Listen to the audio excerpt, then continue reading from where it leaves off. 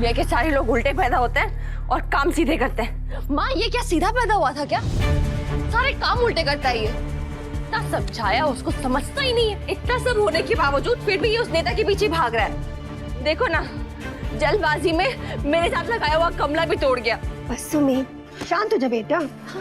सुन, उसने ना जानबूझकर नहीं गिराया। जानबूझ के नहीं गिराया माँ, जल्दबाजी में गिराया। लेकिन जल्दबाजी किसके लिए? उस नेता के लिए। अब मैं क्या कहती हूँ सुमी, आज के दिन उस नेता का नाम हमारे घर में ना ले तो। दी बुआ सही बोल रही है ना, छोड़ दे टेंशन। कैसे टेंशन छोड़ दूं? पौधा देखो ये मुरझा गया, अभी तक ठीक था। गमला गिरकर टूट गया था ना, जड़ में हवा लग गई होगी। थोड़ा खाद डालेंगे, पानी डालेंगे और ढेर सारा प्यार देंगे ना तो सब ठीक हो जाएगा सुमी। कुछ ठीक नहीं होगा मालिनी बुआ। मुझे घबराहट हो रही, पता नहीं मुझे। हाँ, मुझे लग रहा है कुछ गड़बड़ होने वाली है, कुछ बुरा होने वाला है।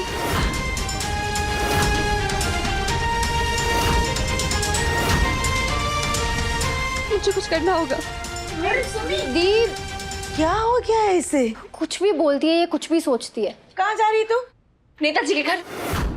तू वहाँ नहीं जाएगी सुमी।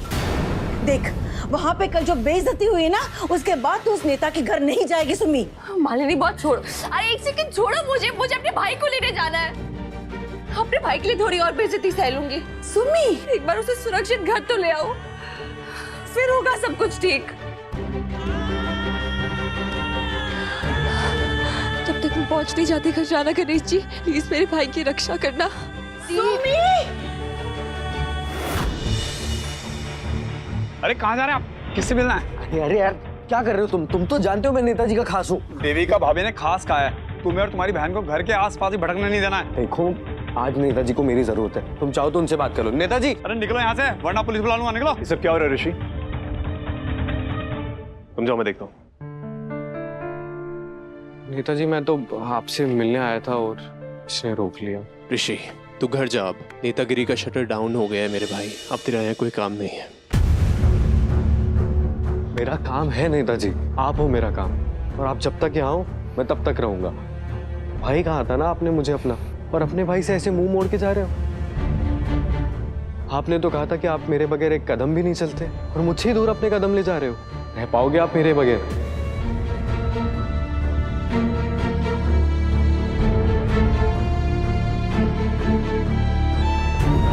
तो सॉरी नेताजी, टिकट का पता चला मुझे।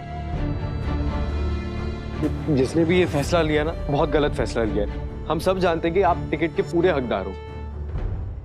हक की यही प्रॉब्लम है ऋषि, फर्क नहीं पड़ता कि आप क्या सोचते हो, फर्क ये पड़ता है कि दूसरा बंदा आपके बारे में क्या सोचता है, क्या आप हकदार हो कि नहीं हो। अब गजेंद्र अंकल को ये लगता है कि वो टिकट मुझे नहीं मिलनी चाहिए, मैं उस टिकट का हकदार नहीं हूँ। पर वो तो आपके ससुर जी है ना, कोई अपने दामाद के साथ ऐसा कैसे कर सकता है? ये बहुत गलत फैसला है उनका। छोड़ना यार ऋषि, देख आज मेरी शादी है, उस पर फोकस करते हैं, क्योंकि बाकी सारी चीजें ना मुझे आउट ऑफ फोकस नजर आ रही हैं। इतना सब होने के बाद भी आप कृतिका से शादी करोगे? इतना प्यार करते हो क्या आप उससे? प्यार नहीं, उसको सौदा कहते हैं। मैं कृतिका से शादी सिर्फ टिकट के लिए कर रहा था ऋषि। मेरी सुम्मीदी कहती है कि सौदा तब पूरा होता है जब दोनों पार्टी की डिमांड पूरी हो, और यहाँ तो आपको टिकट नहीं मिली, तो फिर ये सौदा भी पूरा नहीं होना चाहिए। जब सौदे में एक लड़की इन्वॉल्व हो ना, तो ये कैंसिल करना ना बहुत मुश्किल हो जाता है।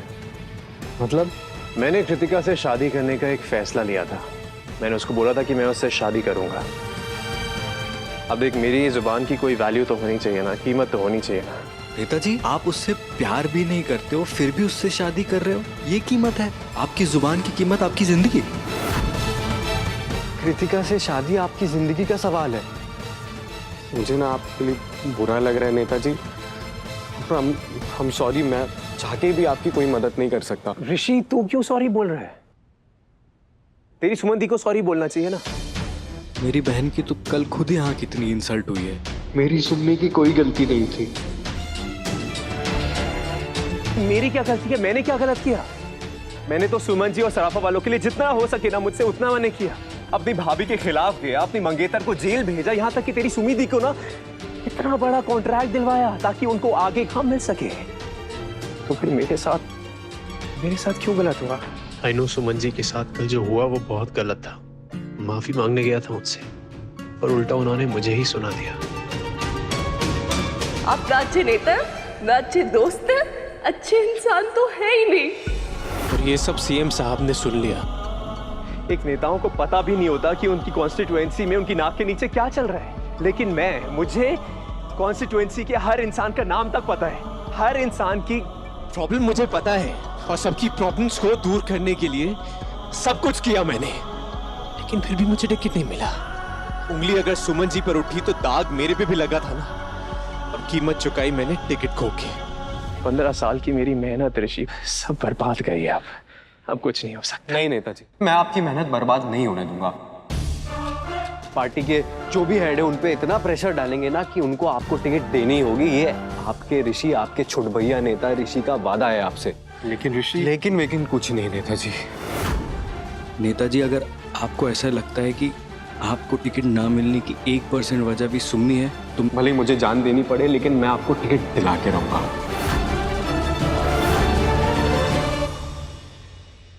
टिकट आपको मिलेगी नेताजी, आप टेंशन मत देखना। आप ऋषि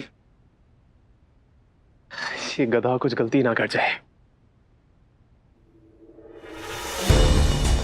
ये ऋषि कुछ उल्टा सीधा ना कर दे।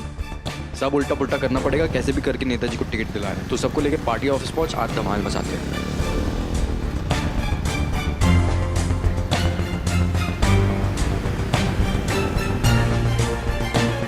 ऋषि,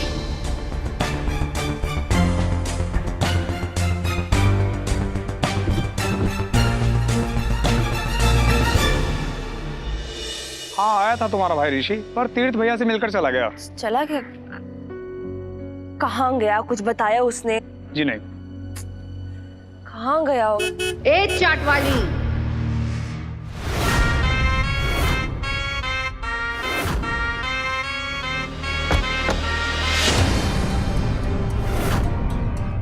शादी के दिन भी इस मनोज को देखना जरूरी था क्या?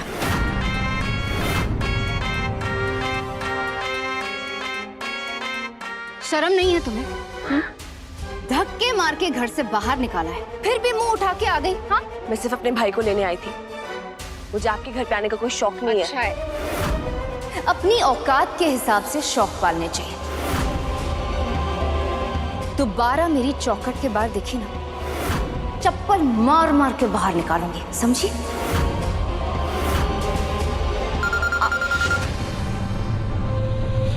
हाँ भूमि दीदी, वो ऋषि भैया ना, क्या हुआ ऋषि को? वो ऋषि भैया बीएसडी पार्टी के ऑफिस के बाहर धरने पे बैठे हैं। हाँ हाँ, मैं आ रही हूँ। भाग भाग, जब भी मुझे देखोगी इसी तरह भागोगी। What the hell are you talking? पापा क्या बात है, इतने परेशान क्यों लग रहे हो? देविका, वो चाट वाली का भाई ऋषि, उसने पार्टी ऑफिस में हंगामा मचा रखा है।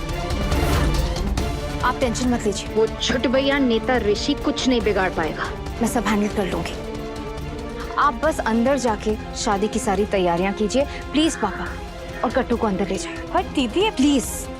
ठीक है, आप लेट मत हो ना। 2 मिनट में आई, 2 मिनट में। ओके। वहाँ वैली की जरूरत है, जा देखो गेस्ट को अटेंड करो। कहाँ हो तुम? अरे वाह, क्या बात है। आज सूरज कहाँ से निकला है कि चांद का अपने आप सामने से वीडियो कॉल आया। बकवास बंद कर और ये बता, ऋषि क्या कर रहा है, कहाँ है? देखिए मैडम, इंदौर का कल, इंदौर का कल, इंदौर का कल। आप लोग शांत हो जाइए। आप लोग का जो भी मांगे हैं कृपया एक लेटर में लिखकर हमें दे दीजिए प्लीज। हम सब किसी एक ही मांगे कि तीर्थ मित्तल को टिकट मिलना चाहिए। इंदौर का कल। अरे मैडम जी, ऋषि की आप टेंशन मत लीजिए। आपका गुल्लू है ना, आपका सीसीटीवी। अब ध्यान से सुनो, ऋषि अपने प्लान में कामयाब नहीं होना चाहिए। अगर उसके वजह से तीर्थ भैया को टिकट मिल गई तो मेरा पूरा प्लान फेल हो जाएगा और तीर्थ भैया बस सुमन और उसके परिवार के गुण गाएंगे, और ये बात मेरे और मेरे परिवार के लिए अच्छी नहीं। और जो बात आपके लिए अच्छी नहीं है वो आपका गुल्लू होने नहीं देगा कभी। मुंह मांगी कीमत मिलेगी। बस मेरा काम कर दो और उस ऋषि को फेल कर दो। जो हुकुम आपका।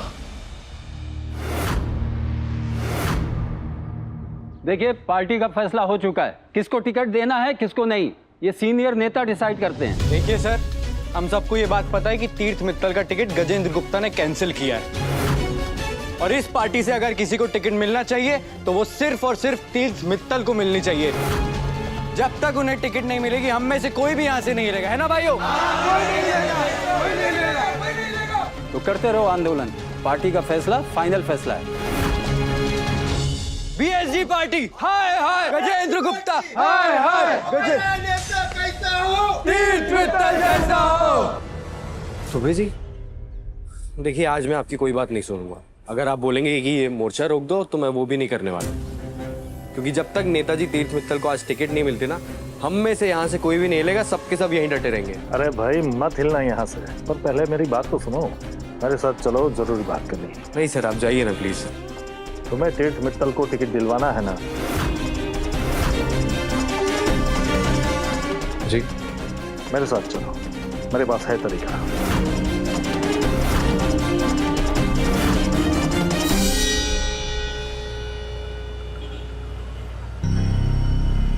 पता नहीं मेरा मन क्यों इतना घबरा रहा है, कहीं जोश जोश में ऋषि ऐसी कोई हरकत ना कर दे जिसको मेरे लिए संभालना मुश्किल हो जाए।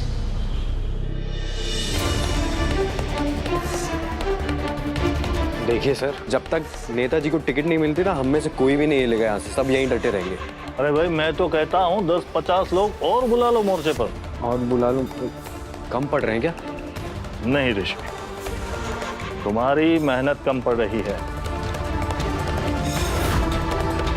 मतलब मैं कुछ समझा नहीं दुबे जी, क्या कह रहे हैं आप? अंदर पार्टी में बहुत टेंशन चल रहा है। हाई कमांड से सवाल आ रहे हैं कि इतने सारे लोग तीर्थ मित्तल के साथ होते हुए उन्हें टिकट क्यों नहीं दिया जा रहा? वही तो ना दुबे जी, इसलिए तो ये सब मेहनत कर रहे हैं। अरे भाई मैं तो खुद चाहता हूँ कि तीर्थ मित्तल को टिकट मिले, लेकिन ये गजेंद्र गुप्ता की मनमानी और दादागिरी से कैसे छुटकारा मिले, हम सब परेशान। सीएम ऑफिस तक पहुंचे उसकी, और उसके उसी दबाव के कारण उसके एक कॉल से तीर्थ मित्तल की टिकट होती होती कट गई। गजेंद्र गुप्ता पे प्रेशर डालना इतना आसान नहीं होगा। ये जो लोग खड़े हैं ना तुम्हारे साथ, वो लोग चले जाएंगे, आधे थक जाएंगे, और आधों को गजेंद्र गुप्ता खरीद लेगा। तुम किसी पे भरोसा नहीं कर सकते ऋषि। पार्टी के जो भी हेड है उन पे इतना प्रेशर डालेंगे ना कि उनको आपको टिकट देनी होगी। ये आपके ऋषि, आपके छोट भैया नेता ऋषि का वादा है आपसे। आई होप ऋषि तो कोई ऐसा काम ना करे कि मुझे पछताना पड़े। तुम्हें बस अपने आप पे भरोसा करना होगा। मतलब दुबे जी मैं कुछ समझा नहीं। लोहा जब गर्म होना, हथौड़ा तभी मार देना चाहिए। तेरा मोर्चा पार्टी वालों की नजर में तो आ गया है, और तुम्हारी आवाज अभी तक उन तक नहीं पहुंची। तो मैं अपनी आवाज कैसे पहुंचाऊं उन तक? उनको डराकर। डराकर? मतलब कैसे? अपनी जान देकर।